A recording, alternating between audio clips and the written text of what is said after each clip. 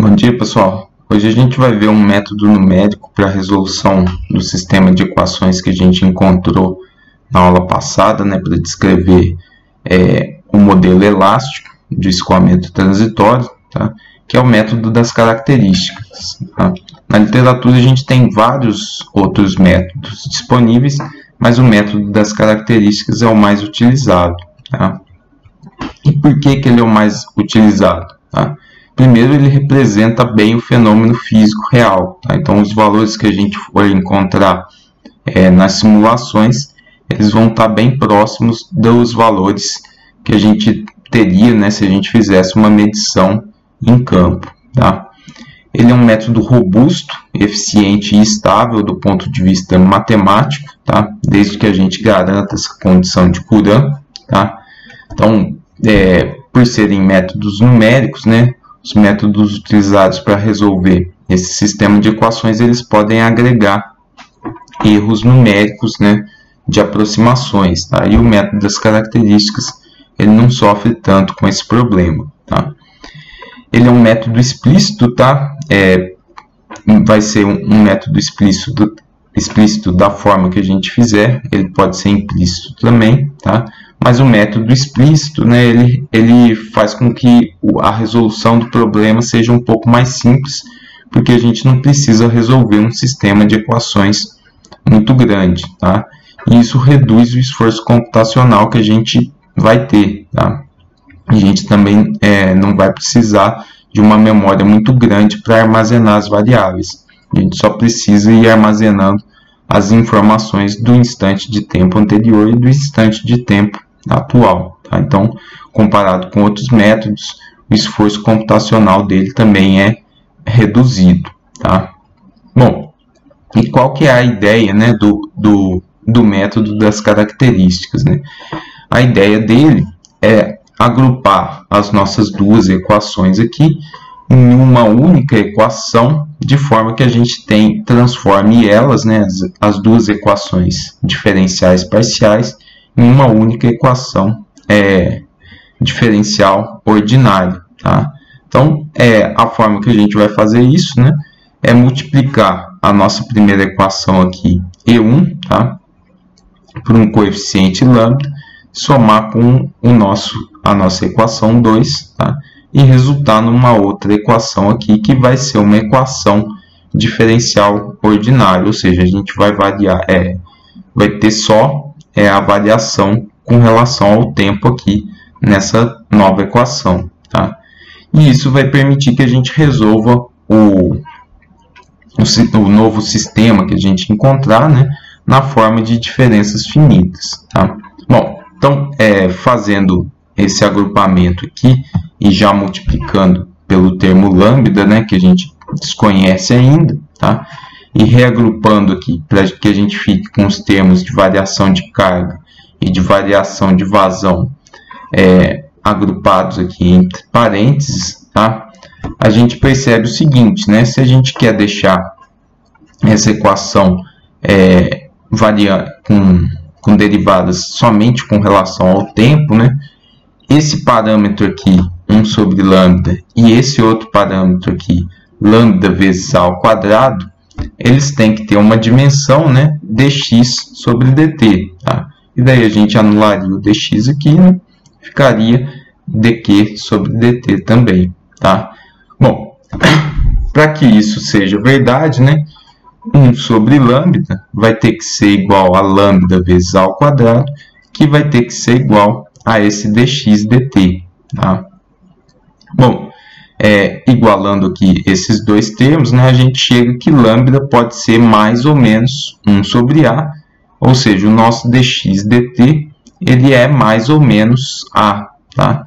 Que é exatamente o que a gente viu lá na aula do pulso de Joukowski.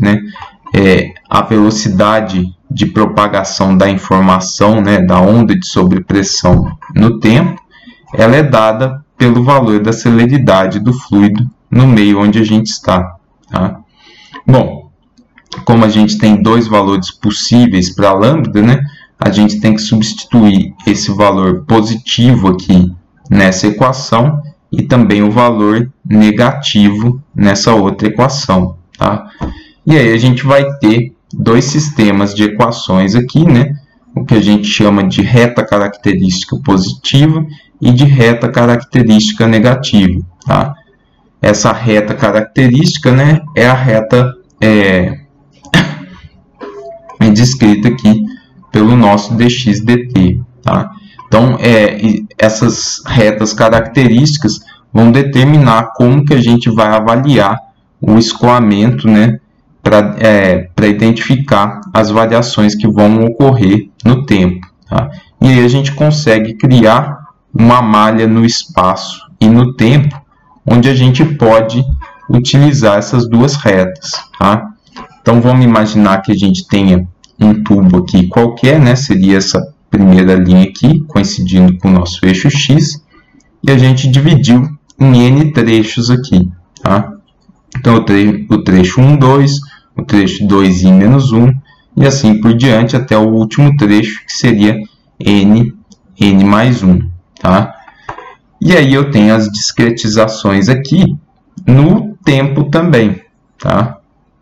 E aí eu tenho a relação aqui, né? Se eu fizer a relação dx por dt, eu tenho a minha reta característica positiva e eu tenho também a minha reta característica negativa, tá?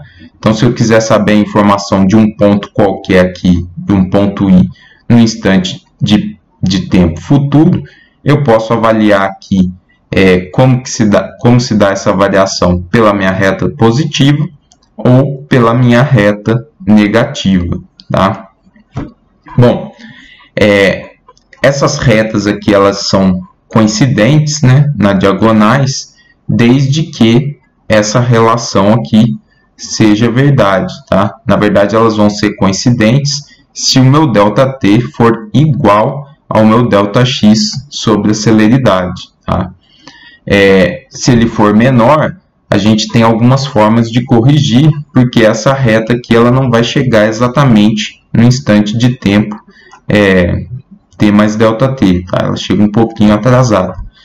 A gente tem algumas formas de corrigir isso, tá? Mas aqui na modelagem que a gente vai fazer, a gente vai considerar que o nosso ΔT seja igual a Δx sobre A. E aí a gente pode avaliar, né, como que é a variação tanto de carga e de vazão, né, exatamente aqui sobre essa reta positiva ou sobre essa reta negativa, tá? Então, observando aqui, né, a gente já percebe uma coisa, né? Se a gente quer avaliar a carga e a vazão em um determinado ponto, a gente precisa saber as informações no ponto anterior e no ponto posterior a ele, né, no mesmo instante de tempo, para a gente verificar como que se dá essa variação, tá? Bom, se a gente fizer a integral da reta positiva, né, entre o ponto A e o ponto P, né, que é o ponto posterior no ponto que a gente está avaliando, a gente chega aqui nessa equação que relaciona a carga no instante posterior, né, que eu chamei aqui de HP, com a vazão também no instante posterior nesse ponto I aqui, tá? Aqui apareceria um termo de vazão ao quadrado, tá? E aí a gente vai utilizar uma formulação mista, né, como a gente fez lá no modelo rígido, tá?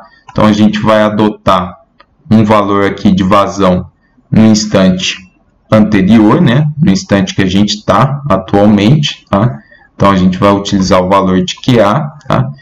E multiplicar pelo valor de QP, que é desconhecido para a gente, tá? A gente poderia deixar QP ao quadrado aqui, né?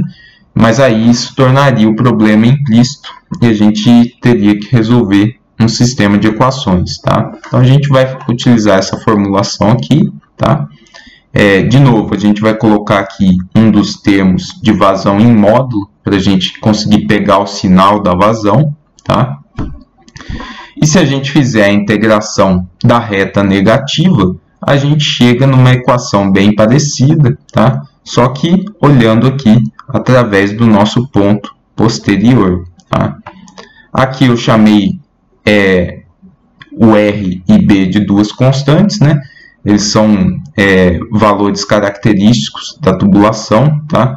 Aqui também, né, o nosso fator de atrito F a gente pode avaliar a cada instante de tempo, mas em teoria eles são constantes aí, ao longo do tempo, né? A gente consegue calcular eles com o passo de tempo anterior, tá? Então a gente pode avaliar o fator de atrito com base na vazão do instante atual aqui que a gente está avaliando, tá? Bom, se a gente pegar essas duas equações aqui, né, a gente tem duas equações e duas incógnitas, né, que seria a carga e a vazão do ponto I no instante t mais ΔT, tá? Se a gente isolar a vazão aqui, né, nas duas equações, a gente chega nessa equação aqui de vazão para qualquer ponto interior da nossa tubulação, tá? Então, encontrando a vazão aqui por essa equação, né, a gente pode voltar aqui, né, e utilizar tanto a reta negativa quanto a reta positiva para calcular a carga desse ponto I no instante t mais ΔT, tá? E tanto faz, o valor tem que ser o mesmo, tá? Independente da equação que você utilizar aqui, tá? Então, no instante inicial, né, a gente precisa conhecer as informações, né, como que se dá o escoamento nessa condição inicial, para a gente poder começar a resolver o nosso problema, tá? Então, se a gente não tiver essas informações aqui, HA, QA, HB e QB, né, na verdade, para todos os pontos aqui que a gente discretizar na tubulação, a gente não tem como resolver, tá? Então, é a mesma coisa do modelo rígido. A gente precisa conhecer como que se dá o escoamento, né, antes que a gente efetue a manobra, né? A gente precisa dessa condição inicial em todos os pontos da nossa tubulação. Bom, só que tem um problema, né? Nos pontos extremos, a gente só vai ter ou a reta negativa aqui em montante, ou a reta positiva aqui em jusante, tá? Então, essa equação aqui de vazão, ela só vai ser válida aqui para os pontos interiores, onde eu tenho tanto a reta positiva quanto a reta negativa para calcular a vazão, tá? Então, aqui, tanto em montante quanto em jusante, eu tenho só uma das retas, tá? Então, eu preciso de uma equação adicional, né, para poder resolver, né, encontrar a carga e a vazão nesses pontos inicial e final no instante t mais ΔT, tá? Que são exatamente as condições de contorno que a gente também viu no modelo rígido, tá? Então, a gente vai precisar dessas equações adicionais aqui também, tá? E aí vai depender, né, do que está conectado aí, tanto em montante quanto jusante, tá? Se for uma válvula, se for um reservatório, enfim. Aí a gente vai ver alguns contornos também, tá?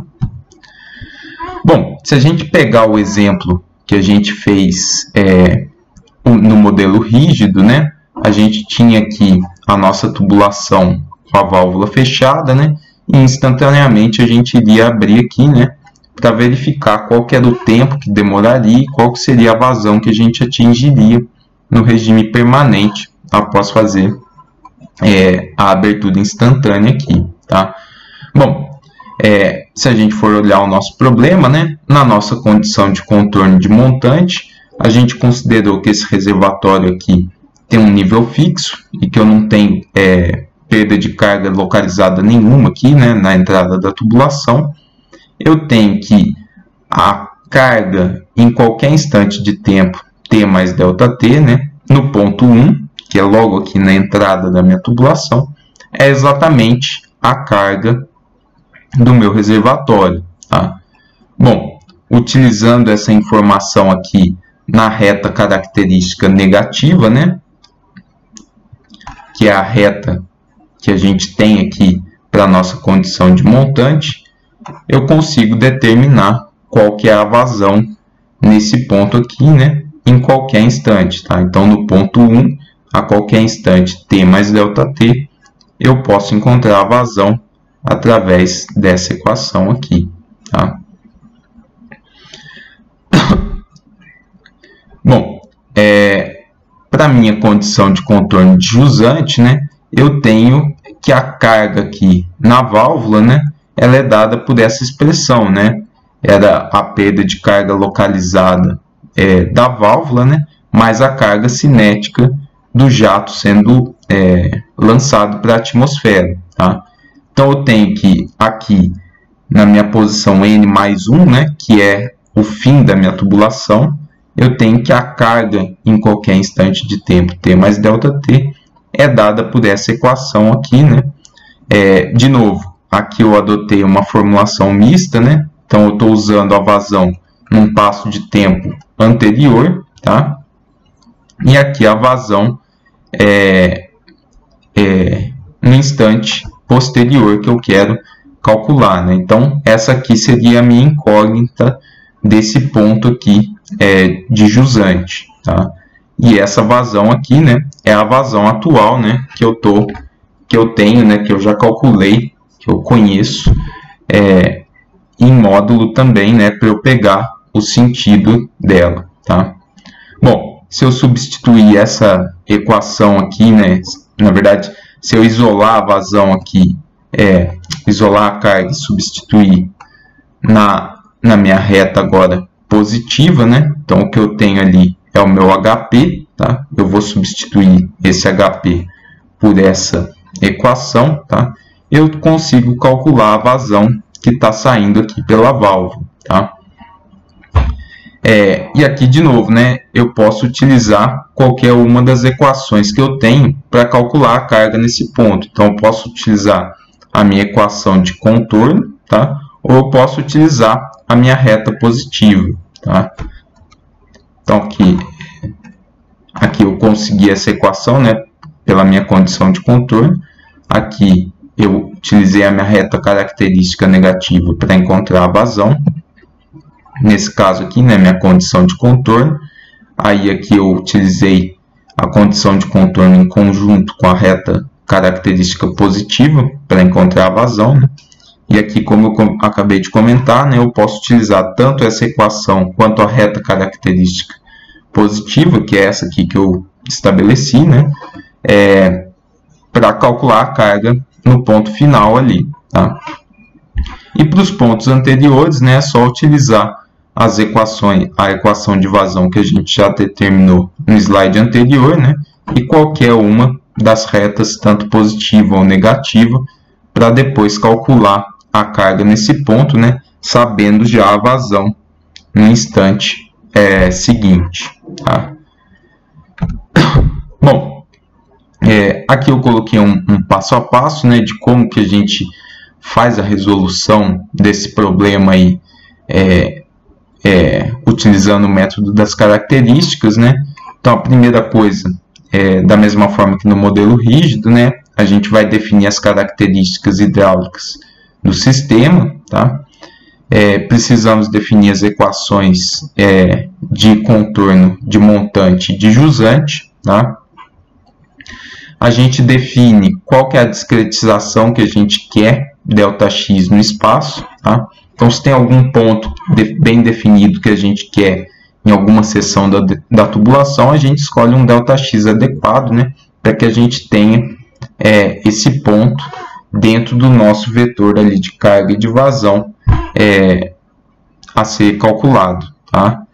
E aí, em seguida, a gente calcula qual que é a discretização de tempo, né, que atende à condição de Courant, tá? Que aqui a gente está considerando que essa relação aqui, né, a relação ΔX e ΔT tem que ser igual à celeridade, tá?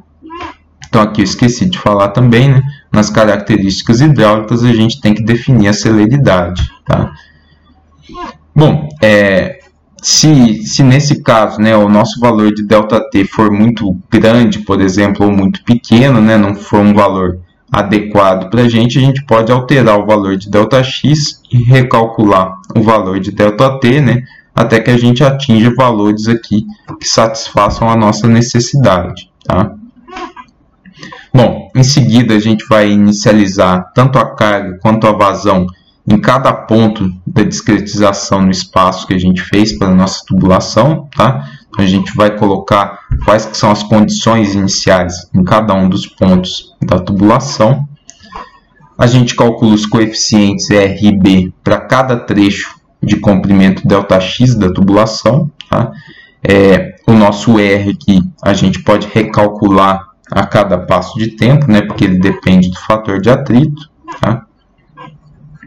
Calcular a vazão e a carga nos pontos interiores da tubulação, né? Por instante T mais ΔT, tá? Utilizar a reta característica negativa com o contorno de montante e a reta característica positiva com o contorno de jusante, né? E calcular a vazão e a carga nesses pontos extremos, tá? E aí a gente repete aqui, né? Volta no cálculo dos coeficientes, né? Caso a gente faça a variação do fator de atrito, e repete esses cálculos aqui, né? Até que o tempo de simulação que a gente queira, né? Seja atingido, tá? Aqui eu coloquei os resultados, né? Do nosso exemplo, tá? Vocês podem ver que a simulação aqui tem alguns dentes, tá? Isso vai acontecer de acordo com a celeridade que eu colocar, né, na tubulação, que a gente vai ter as reflexões de ondas, tá? Então, esses dentes aqui podem ser maiores ou menores, tá? E a queda de pressão aqui, ela também pode ser maior ou menor, conforme a celeridade que for adotada, tá? Mas vocês podem perceber, né, que aqui o formato geral da curva é muito parecido com o que a gente tinha no modelo rígido, né? O valor final em regime permanente também é parecido, tá? Assim como a carga também a gente tem formato bem parecido e o valor em regime permanente igual também, tá? Só a queda de pressão aqui que foi um pouquinho maior, mas exatamente por causa da celeridade que eu adotei, beleza? E aqui eu coloquei um script, né, também desse problema aí da abertura da válvula, né, em MATLAB, que eu também vou disponibilizar para vocês fazerem um download.